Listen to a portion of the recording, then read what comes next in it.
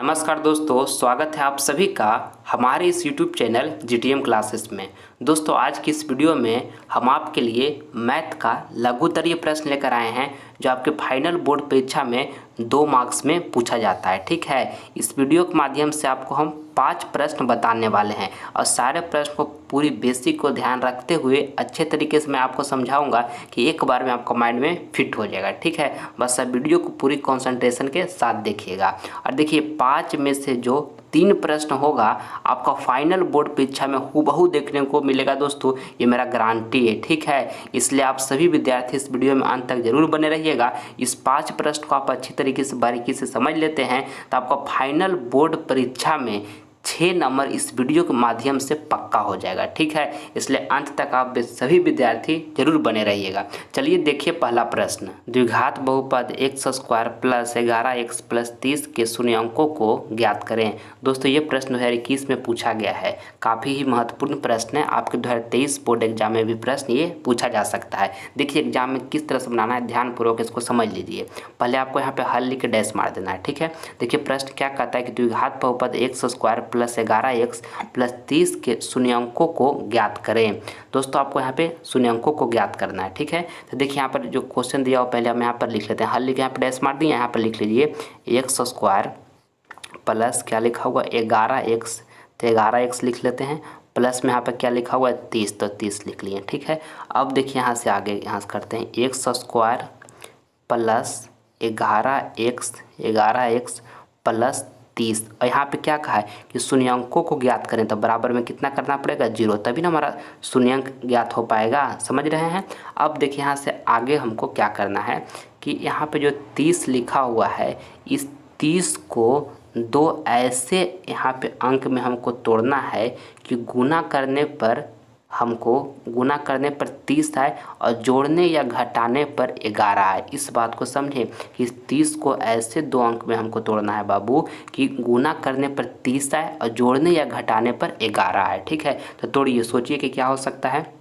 तो यहाँ पे 6 में तोड़ते हैं और एगो 5 में तोड़ते हैं, तो गुना करते हैं तो 6 × 5 = 30, यानी गुना कर रहे हैं तो 30 तो आ जा रहा है। अब जोड़ कर देखते हैं तो 6 और 5 11 है, यानी कि 11 भी आ जा रहा है। दोनों जगह सेटिस्फाइड कर जा रहा है, यानी कि जो हम 30 को तोड़े हैं वो बिल्कुल सही तोड़ा हुआ है। ठीक है, इस तरह से आप देख लीजिएगा कि दोनों जगह सेटिस्फाइड कर रहा है कि नहीं। ठीक है, तो दोनों जगह सेटिस्फाइड कर रहा है यानी कि सही है। अब देखिएगा आगे यहाँ से करते हैं, यहाँ पे लिख लेंगे x स्क्वायर प्लस में यहाँ पे लिख लेते हैं 6x प्लस 5, 6x प्लस में यहाँ पे लिख लेंगे 5x प्लस यहाँ पे लिख लेंगे 30 बराबर 0। दोस्तों यहाँ पे देखिए पहले हम 6x लिखे हैं, इसके बाद 5x लिखे हैं। ठीक है, आप पहले 5x भी लिख सकते हैं और इसके बाद भी 6x लिख सकते हैं, उससे कोई दिक्कत नहीं है। ठीक है, अब देखिएगा यहाँ से आगे समझने का प्रयास कीजिएगा। यहाँ सब कॉमन लेते हैं हम। ठीक है, तो यहाँ से क्या कॉमन आपको दिखाई दे रहा है, x कॉमन दिखाई दे रहा है, तो x यहाँ पे हम कॉमन ले लेते हैं। तो यहाँ पर क्या बचेगा, x बचेगा। x कॉमन किए तो यहाँ पे x बचेगा ना। अब प्लस जब यहाँ से हम x कॉमन कर लिए थे तो यहाँ पर क्या बचेगा 6 बचेगा। ठीक है, यहाँ इस तरह से लिख लेंगे। अब देखिएगा आगे इसमें हमको क्या यहाँ पर कॉमन दिखाई दे रहा है, तो इस दोनों कॉमन हमको 5 दिखाई दे रहा है, तो 5 को हम कॉमन कर लिए। ठीक है, तो 5 को जब हम कॉमन कर लेंगे तो यहाँ पर क्या बच जाएगा x बच जाएगा। ठीक, और यहाँ पर देखिए 30 में से 5 को अगर जो हम कॉमन कर लेंगे तो यहाँ पर क्या बच जाएगा 6 बच जाएगा और बराबर इस तरह से हम 0 कर देंगे। देखिए 30 को यहाँ पर 2 अंकों में हम इस तरह से 6 और 5 में तोड़े ना दोस्तों, तो 30 में से 30 जो है 2 अंक में इसको हम 6 और 5 में तोड़े थे और जो 30 था उसमें से हम 5 को कॉमन कर लिए, 5 को मान के लिए कॉमन कर लिए, तो यहाँ पर 30 की जगह पर 6 बचेगा न। समझ गए ना, कोई दिक्कत नहीं हुआ यहाँ पर कॉमन किए तो नहीं दिक्कत हुआ होगा। अब देखिए यहाँ से आगे समझने का प्रयास कीजिएगा। यहाँ से लिख लेते हैं x प्लस 6 और यहाँ पर लिखेंगे x plus 5, x plus 5 equal to यहाँ पर क्या हो जाएगा 0 हो जाएगा। ठीक है, अब देखिए यहाँ से आगे लिखेंगे x प्लस 6 इक्वल टू 0। यहाँ पे हमको क्या निकालना है, शून्य अंक को ज्ञात करना है। तो x प्लस 6 इक्वल टू 0, तो x बराबर हमको यहाँ से क्या निकल के आएगा, x बराबर क्या निकल कर आ जाएगा -6 निकल कर आ जाएगा। ठीक है, अब यहाँ से हम लिखेंगे x प्लस x प्लस 5 बराबर 0। ठीक है, तो यहाँ से x बराबर हमको क्या निकल कर आ जाएगा, x बराबर -5 आ जाएगा। ये दोस्तों हमको यहाँ पे शून्य अंक ज्ञात हो गया, यानी कि यहाँ से हमको x बराबर क्या ज्ञात हो गया, x बराबर एक -6 आ गया और -5 आ गया। ये दोस्तों हमको यहाँ पे शून्यंक ज्ञात हो गया। ये हमको यहाँ से शून्यंक इस तरह से निकल गया। अगर जो आप इस तरह से बोर्ड एग्जाम में बनाते हैं दोस्तों, तो आपको 2 में से 2 मार्क्स जरूर मिलेगा। ठीक है, आप सभी विद्यार्थियों को समझ में आ गया होगा। चलिए अगला प्रश्न हम देखते हैं। दूसरा नंबर प्रश्न यहाँ पर देखिएगा, एक समबाहु त्रिभुज की परिमिति 30 सेंटीमीटर है, तो इसका क्षेत्रफल ज्ञात कीजिए। दोस्तों ये 2017 में ये प्रश्न पूछा गया है, काफ़ी महत्वपूर्ण है। ठीक है, देखिए एग्जाम में बनाएगा, यहाँ पे हल लिख के डैश मार लीजिएगा, अच्छा लगेगा इस तरह से बनाइएगा तो। ठीक, देखिए पहले प्रश्न को आप सभी विद्यार्थी ध्यानपूर्वक समझने का प्रयास कीजिएगा। कहता है कि एक समबाहु त्रिभुज की परिमिति 30 सेंटीमीटर है। परिमिति क्या है दोस्तों, यानी कि परिमाप का है, बात बराबर है। ठीक है, तो इसका क्षेत्रफल ज्ञात कीजिए। तो देखिए दोस्तों, समबाहु त्रिभुज का आपको क्षेत्रफल ज्ञात करना है और आपको समबाहु त्रिभुज का परिमाप 30 सेंटीमीटर दिया हुआ है। तो समबाहु त्रिभुज का क्षेत्रफल को जो हमारा होता है √3/4 भुजा स्क्वायर होता है, यानी कि हमको समबाहु त्रिभुज का क्षेत्रफल निकालने के लिए समबाहु त्रिभुज का भुजा की आवश्यकता है। और क्वेश्चन में तो भुजा दिया ही नहीं है, तो कैसे बनेगा। तो देखिए परिमाप हमको दिया हुआ है दोस्तों 30 सेंटीमीटर, तो परिमाप से हम भुजा निकाल लेंगे और जब भुजा निकाल लेंगे तो क्षेत्रफल भी निकल जाएगा। ठीक है, देखिए अब आगे यहाँ से किस तरह से बनाइएगा समझिए अच्छे तरीके से। यहाँ पे पहले हल लिख लिए और यहाँ पे लिख लीजिएगा हल लिखने के बाद समबाहु त्रिभुज का परिमाप बराबर 3 इंटू भुजा होता है। ठीक है, इसको लिख लेना है कि समबाहु त्रिभुज का परिमाप बराबर 3 गुने भुजा होता है। यहाँ पर लिख लीजिएगा इस तरह से, यानी परिमाप बराबर कितना हो गया 3 गुने भुजा समबाहु त्रिभुज का। अब यहाँ से आगे कीजिएगा, तो हमारा परिमाप दोस्तों कितना दिया हुआ है, तो परिमाप दोस्तों हमको दिया हुआ है यहाँ पे 30, तो यहाँ पे हम 30 इस तरह से लिख लेते हैं, कोई दिक्कत। अब यहाँ से बराबर लिख लेंगे। अब बराबर यहाँ पर क्या लिखा हुआ है 3 इंटू में क्या लिखा हुआ है दोस्तों 3 इंटू भुजा लिखा हुआ है, तो 3 इंटू भुजा हम इस तरह से लिख लिए, कोई दिक्कत।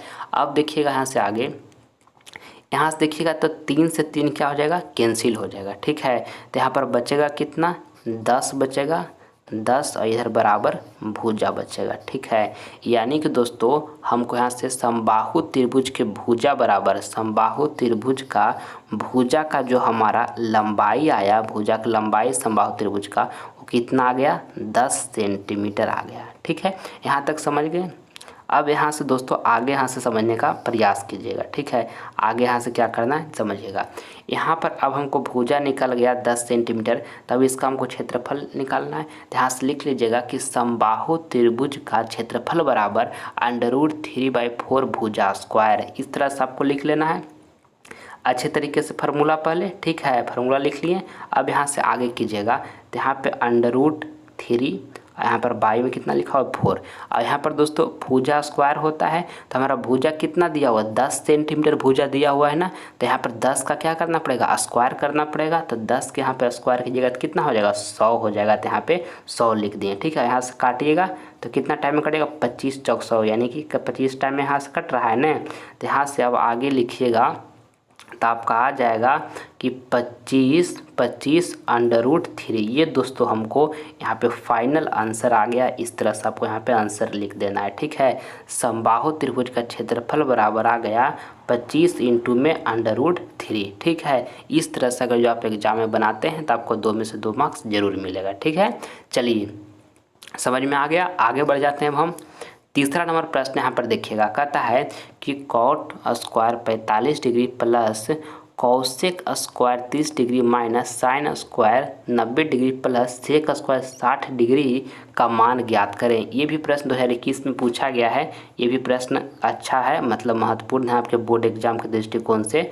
पहले हल यहाँ पे लिखिएगा। हल लिखने के बाद आपको क्या करना है डैश देना है, और यहाँ पर क्वेश्चन जो दिया उसको हम एक बार आपके समीप लिख देते हैं। यहाँ पर लिखा हुआ कॉट स्क्वायर 45 डिग्री प्लस में यहाँ पे लिखा हुआ है cosec square 30 degree, cosec square 30 degree, minus में यहाँ पे लिखा हुआ है साइन स्क्वायर 90 डिग्री, और प्लस यहाँ पे लिखा हुआ है प्लस में लिखा हुआ है सेक स्क्वायर 60 डिग्री। ठीक है, तो देखिए यहाँ पे कॉट 45 डिग्री का मान कितना होता है, 1 होता है, तो यहाँ पे 1 लिख देंगे और इसके पर स्क्वायर चढ़ाया हुआ है, तो इसी तरह से हम स्क्वायर चढ़ा देंगे, ठीक है।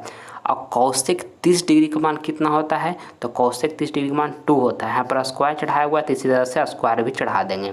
और साइन 90 डिग्री का मान कितना होता है, तो साइन 90 डिग्री का मान दोस्तों 1 होता है, और यहाँ पर भी स्क्वायर चढ़ाया हुआ है, तो इसी तरह से हम स्क्वायर चढ़ा देंगे, ठीक है। यहाँ पे प्लस लिख लिए और यहाँ पर सेक का स्क्वायर 60 डिग्री लिखा हुआ है, ठीक है। तो सेक 60 डिग्री का मान कितना होता है, तो 2 होता है, तो 2 लिख देंगे और स्क्वायर इसी तरह से चढ़ा देंगे।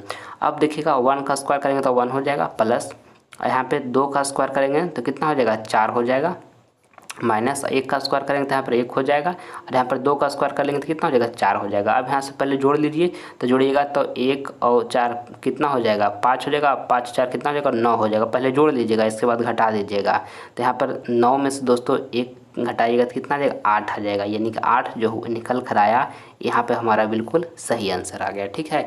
इस तरह से आपको बनाना है। समझ में आ गया सारे विद्यार्थी को। चलिए आगे बढ़ जाते हैं हम चौथा नंबर। किसी बेलन के वक्र पृष्ठ का क्षेत्रफल 1760 सेंटीमीटर स्क्वायर एवं इसके आधार की त्रिज्या 14 सेंटीमीटर है, तो बेलन की ऊंचाई क्या होगी। दोस्तों 2021 में ये प्रश्न पूछा गया है, महत्वपूर्ण प्रश्न है, ठीक है। आपको एग्जाम में इसको अच्छे तरीके से बनाना है। देखिए कहता है कि बेलन का आपको जो वक्र पृष्ठ का क्षेत्रफल है वो दिया हुआ है, बेलन का जो वक्र पृष्ठ का क्षेत्रफल वो दिया हुआ है, और इसका आधार का त्रिज्या भी दोस्तों आपको दिया हुआ है, और बेलन की ऊंचाई आपको निकालना है, ठीक है। समझ गए प्रश्न। तो पहले आपको यहाँ पे हल लिख के डैश मारना है, तब आपको बनाना है एग्जाम में अच्छे तरीके से, और जो दिया हुआ है बाबू उसको पहले एग्जाम में लिख लीजिएगा, ठीक है, ताकि आपको अच्छा से एग्जामिनर फुल में फुल मार्क्स दे सके।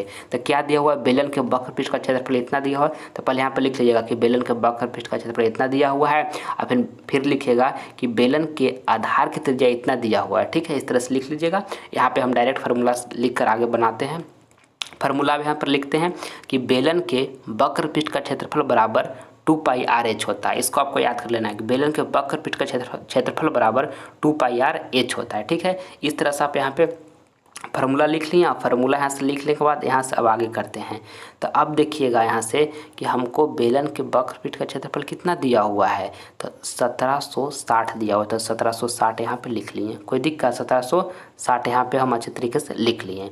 अब देखिएगा आगे बराबर यहाँ पर लिख लिए, और बराबर लिखने के बाद यहाँ पर क्या लिखा हुआ है, 2, तो यहाँ पे 2 लिख लेंगे।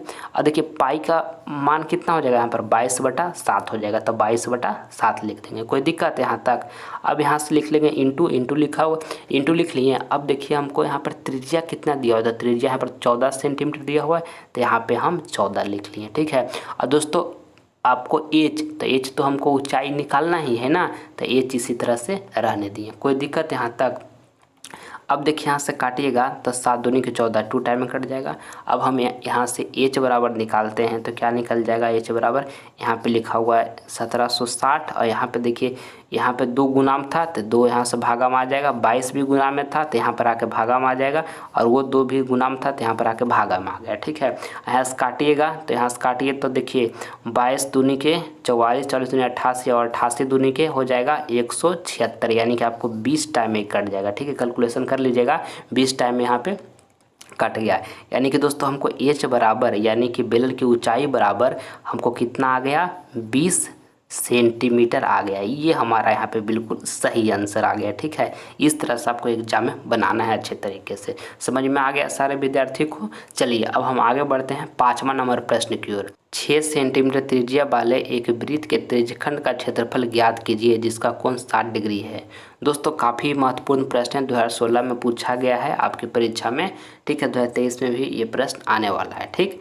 देखिए आपको यहाँ पे 6 सेंटीमीटर त्रिज्या वाले एक वृत्त का त्रिज्यखंड का क्षेत्रफल ज्ञात कीजिए कहा है जिसका कोण 60 डिग्री है, ठीक। यानी कि दोस्तों आपको यहाँ से त्रिज्यखंड का क्षेत्रफल ज्ञात करना है, और त्रिज्या आपको 6 सेंटीमीटर दे दिया गया है, और कोण भी आपको 60 डिग्री दे दिया गया है। तो देखिए हल लिख लीजिएगा, हल लिख के यहाँ पर डैश मार दीजिएगा। अब आगे यहाँ से लिखिएगा कि हमको यहाँ पर रेडियस यानी कि जो दिया हुआ रहेगा बाबू उसको लिख दीजिएगा, ठीक है। तो हमारा क्या दिया हुआ है, त्रिज्या यानी कि आर कितना दिया हुआ है, 6 सेंटीमीटर दिया हुआ है, तो 6 सेंटीमीटर इस तरह से लिख लिए, कोई दिक्कत है यहाँ तक। अब देखिएगा यहाँ से आगे समझने का प्रयास कीजिएगा। 6 सेंटीमीटर लिख लिए। अब यहाँ से हमको कोण यानी कि हमको दोस्तों थीटा कितना दिया हुआ है, तो थीटा दोस्तों 60 डिग्री दिया हुआ है, तो थीटा भी 60 डिग्री इस तरह से हम लिख लेंगे। अब कहता है कि वृत्त के त्रिज्यखंड का क्षेत्रफल ज्ञात कीजिए। नहीं दोस्तों, हमारा त्रिज्यखंड का क्षेत्रफल बराबर फार्मूला क्या होता है, त्रिज्यखंड का क्षेत्रफल बराबर दोस्तों क्या होता है हमारा फार्मूला, तो थीटा बटे 360 पाई आर स्क्वायर होता है। ठीक है, इस फार्मूला को आपको अच्छे तरीके से याद कर लेना है कि त्रिज्यखंड का क्षेत्रफल क्या हो जाएगा, तो थीटा बटे 360 पाई आर स्क्वायर हो जाएगा। अब देखिएगा हमारे यहाँ पर थीटा कितना दिया हुआ है, तो थीटा दोस्तों यहाँ पे 60 डिग्री दिया हुआ है, तो 60 डिग्री रख देते हैं थीटा जगह पर, यहाँ पे 360 इसी तरह से रहने देते हैं। ठीक है, और गुना में दोस्तों यहाँ पर देखिए पाई का मान कितना होता है 22/7, तो 22/7 लिख दिए। ठीक है, अब यहाँ पे देखिए यहाँ पर लिखा हुआ है पाई आर स्क्वायर लिखा हुआ है ना, तो आर हमारा कितना है, आर दोस्तों 6 है, तो यहाँ पे स्क्वायर लिखा होता है, 6 का स्क्वायर करेंगे तो कितना हो जाएगा 36 हो जाएगा, तो यहाँ पे 36 लिख लिए। यहाँ तक कोई दिक्कत। अब देखिए यहाँ 0 से 0 कैंसिल, यहाँ से काटिएगा तो 6 छक 36 हो जाएगा, और इसको 6 से काटिएगा तो 6 छक 36 इधर हो जाएगा। ठीक है, यानी कि यहाँ से गुना कीजिएगा आगे, तो गुना कीजिएगा तो दोस्तों कितना आ जाएगा, आपको इधर साइड में करके बताते हैं। गुना कीजिए तो 6 दूनी को 12 और यहाँ पर हो जाएगा 13, यानी कि 132/7 हो जाएगा, 132/7। और इसको दोस्तों अच्छा से यहाँ पर आप भागा दीजिएगा तो आपको कितना आ जाएगा 18.86 सेंटीमीटर स्क्वायर आ जाएगा। ठीक है, समझ में आया सारे विद्यार्थियों को। 132/7 यहाँ से भागा दीजिएगा तो 18.86 सेंटीमीटर स्क्वायर आ जाएगा। ठीक है, ये हमारा वृत्त के त्रिज्यखंड का क्षेत्रफल निकल गया। ठीक है, सारे विद्यार्थियों को अच्छे तरीके से समझ में आया। चलिए दोस्तों, अगर जो ये वीडियो आप सभी विद्यार्थियों को पसंद आया है तो लाइक कीजिएगा, और एक आप सभी विद्यार्थियों से हम क्वेश्चन पूछते हैं कि जो 5 प्रश्न आपके समीप हम लघुत्तर ये प्रश्न जो बताएं, जो 2 मार्क्स में आपके बोर्ड एग्जाम में पूछा जाता है, ये वीडियो आप सभी विद्यार्थियों को कैसा लगा है कमेंट बॉक्स में करके बताइएगा। कि इस वीडियो का आप ओपिनियन दीजिएगा कि सर हमको वीडियो ये ऐसा लगा, जो ऐसा लगा ईमानदारी पूर्वक से आप सभी विद्यार्थी इस वीडियो का ओपिनियन दीजिएगा कि आपको ये वीडियो कैसा लगा है। ठीक है, और वीडियो थोड़ा भी पसंद आया है तो दिल से आप सभी विद्यार्थी इसको लाइक करके अपने फ्रेंड के पास इसको शेयर जरूर करें, ताकि फ्रेंड भी आपका कुछ नॉलेज इस वीडियो के माध्यम से ग्रहण कर सके। और अगर जो चैनल को सब्सक्राइब नहीं किए हैं बाबू, तो आप सभी विद्यार्थी सब्सक्राइब कर ले, ताकि आपका लाइव क्लास का नोटिफिकेशन मिलता रहे। इससे और शानदार हम वीडियो लाने वाले हैं आने वाले क्लासेस में, इसलिए जल्द चैनल को सब्सक्राइब कर लीजिए ताकि आपको नोटिफिकेशन मिलता रहे। ठीक है, आप सभी विद्यार्थी सब नेक्स्ट वीडियो में मिलेंगे, तब तक मन लगाकर पढ़ाई करते रहिएगा। 1 मिनट भी समय इधर उधर फालतू का बर्बाद मत कीजिएगा बाबू, समय अब बहुत कम बचा है आपके पास। अभी से मन से पढ़ाई कीजिए और हर हालत में 480 प्लस मार्क्स बोर्ड एग्जाम में प्राप्त कीजिएगा। ठीक है, मिलते हैं आपसे हम अगले वीडियो में, तब तक जय हिंद जय भारत।